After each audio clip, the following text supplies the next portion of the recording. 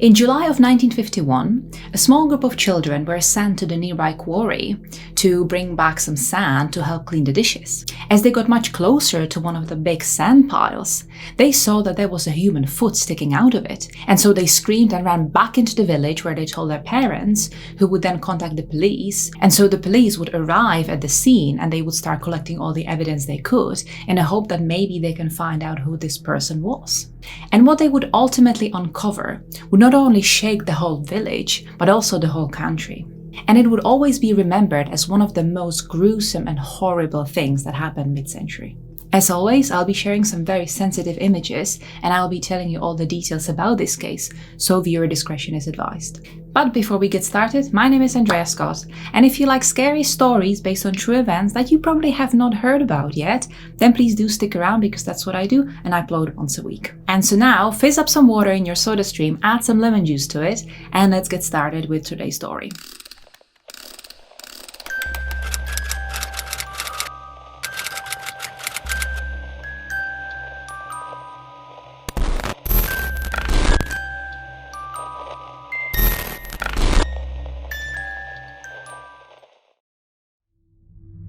After the end of the Second World War in 1945, Europe was split into two blocks, the western part and the eastern part, with the split being the infamous Berlin Wall in Germany. And while in the West, people could pretty much travel as they wanted to and they had access to everything that was pretty much on the market at the time, people in the East were not so lucky. In fact, as the Eastern Bloc was under the reign of the Soviet army, that meant that the everyday life was just so much tougher for the majority of the people. For one, privately owned businesses were made state-owned, and so that a lot of people would have lost their jobs.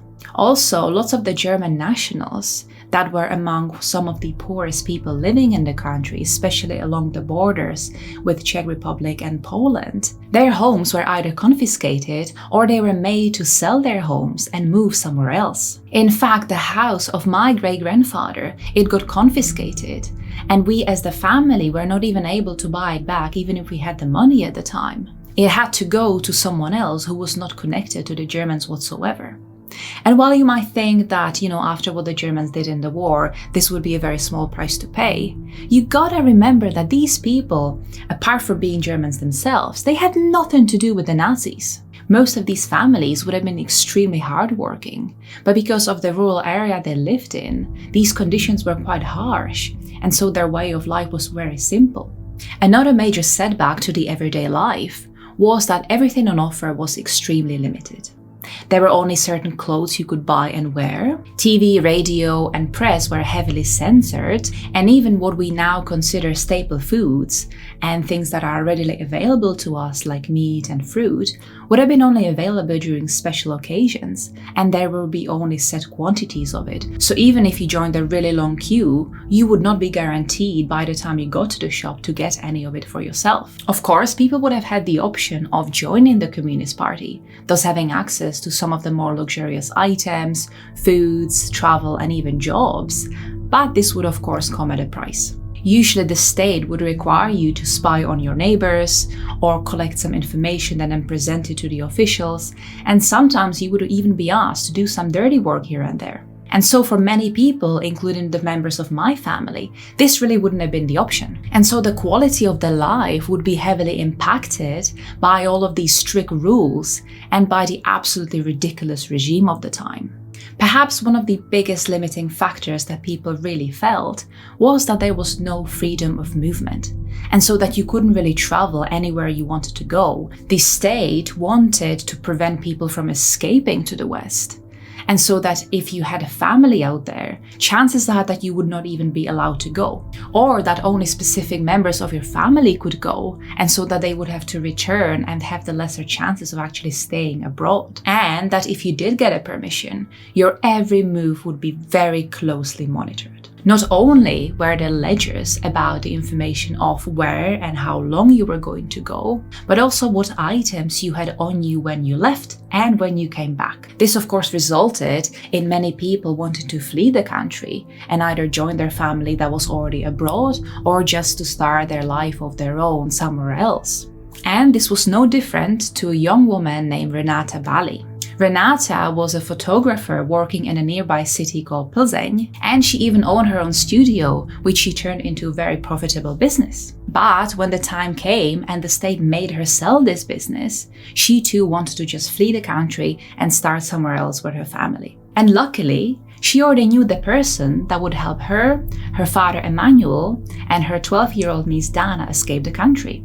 When Renata was still running her studio, she met a local man named Hubert. Hubert was living with his wife Antonia in a small 3-bedroom house in a village of Senec, which is located about 60 kilometers to the west from Prague. He was around 60 years of age, and because he was pretty much liked by everybody, a lot of people would call him Uncle Hubert. Hubert was known to have a large interest in herbology, and he just adored his long walks around the countryside of where he lived, because it led to some amazing places and he could just be at peace and he could observe the nature around him. He even claimed that he was one of the survivors of Titanic, which sunk in 1912, but nobody really paid that much attention to this story. Hubert worked as a locksmith in the nearby Skoda factory, but he also made a small bit of a cash on the side by helping people cross the border. And so when Renata asked if he would also help her family, he immediately agreed. After Hubert named his price, they agreed on a couple of dates that were stretched across about 2 weeks so that they wouldn't attract too much attention if they were trying to move all at the same time. And so Hubert would take each one of them and he would lead them to a designated spot where a colleague of his would take over, and he would then lead them over the border and to a designated safe space. And so by the end of March of 1951, the remaining family members that decided to stay behind started getting these letters that were written by Dana telling them about their new life in Germany. Now, of course, at the time, police would be closely monitoring a lot of people that they assumed were trying to escape the country. But at that particular time, police was somehow occupied with the new problem they were facing. Earlier in the month, they were called to a small fire that was started in a hut that was located in the woods nearby. This place was quite remote, and the hut wasn't really being used by the huntsmen anymore, but as soon as the officers got there and they started searching the area, there in the middle of the burned wood, they found a corpse. The body was very badly burned, and so it wasn't immediately known whether that was a man or a woman.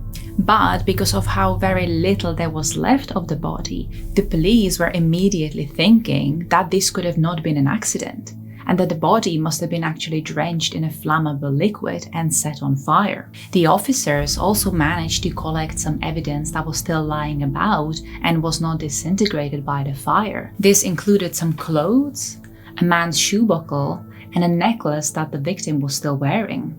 The body was transferred to a local morgue, and the autopsy would reveal that this indeed was a man, and he was approximately 60 years of age.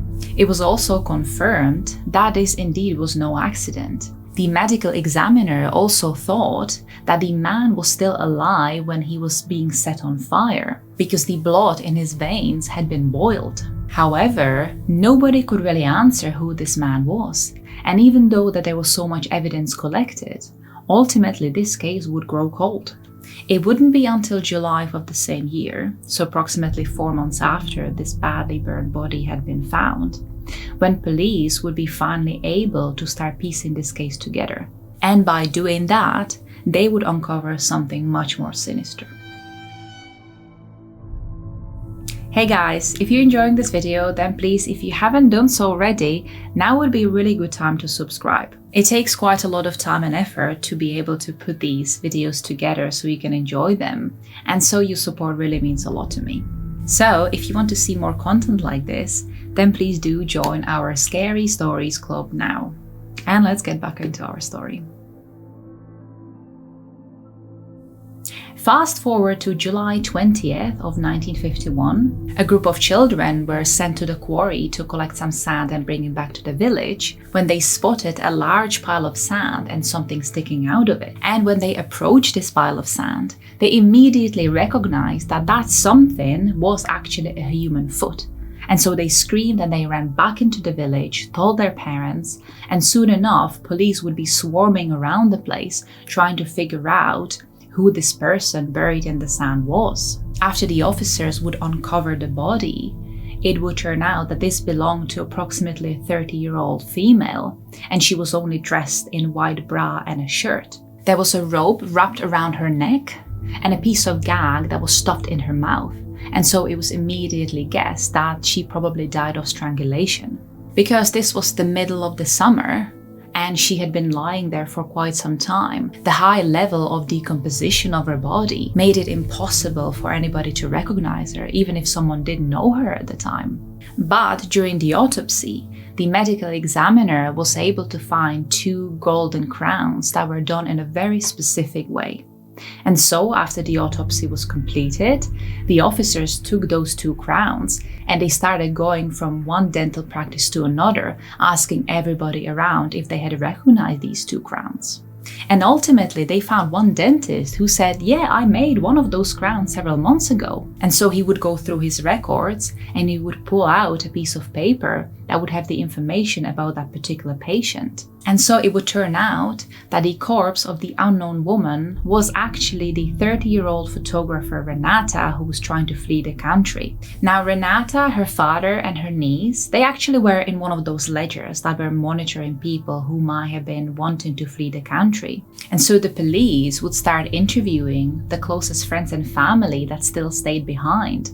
They started with Renata's old boyfriend, who confirmed that he saw her on the night of 11th of March, but after that he really didn't hear from her again. But again, because he knew that he was trying to flee the country, he didn't really make too much of it. And in fact, when he went and spoke to Renata's aunt, she told him that she was actually receiving these letters from Dana, who was describing their new life in Germany, and that all seemed to be well. And so the boyfriend just thought nothing of it and just moved on with his life. From there on, the police would go to see that aunt, but at first she was quite hesitant to give any information away, because again, trying to flee the country was obviously illegal, and she thought she might get in trouble by telling them any information about it. But when the police finally told her that they actually had found Renata's body, she gave in and she told them everything she knew. She showed them all the letters she still had, and she told the police that these letters would be usually delivered to her by the very man who allegedly helped Renata escape the country.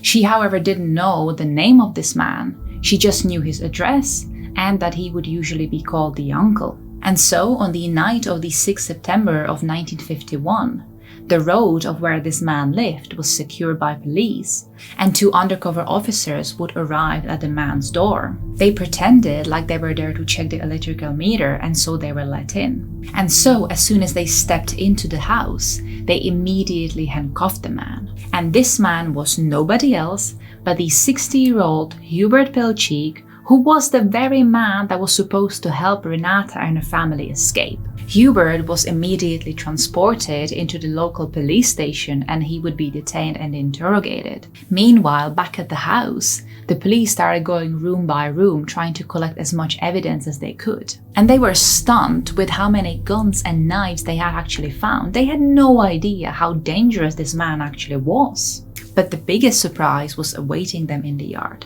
There, a small shed was standing, and this would usually hold farm animals like goats or pigs. But instead of holding these animals, the police actually found trunks and trunks full of clothes, shoes, jewelry, and even paperwork of people trying to flee the country. And at the back of the shed, in a hidden compartment, tied to 2 long wooden planks, was the body of a small girl. This was the 12-year-old Dana, who was still miraculously alive.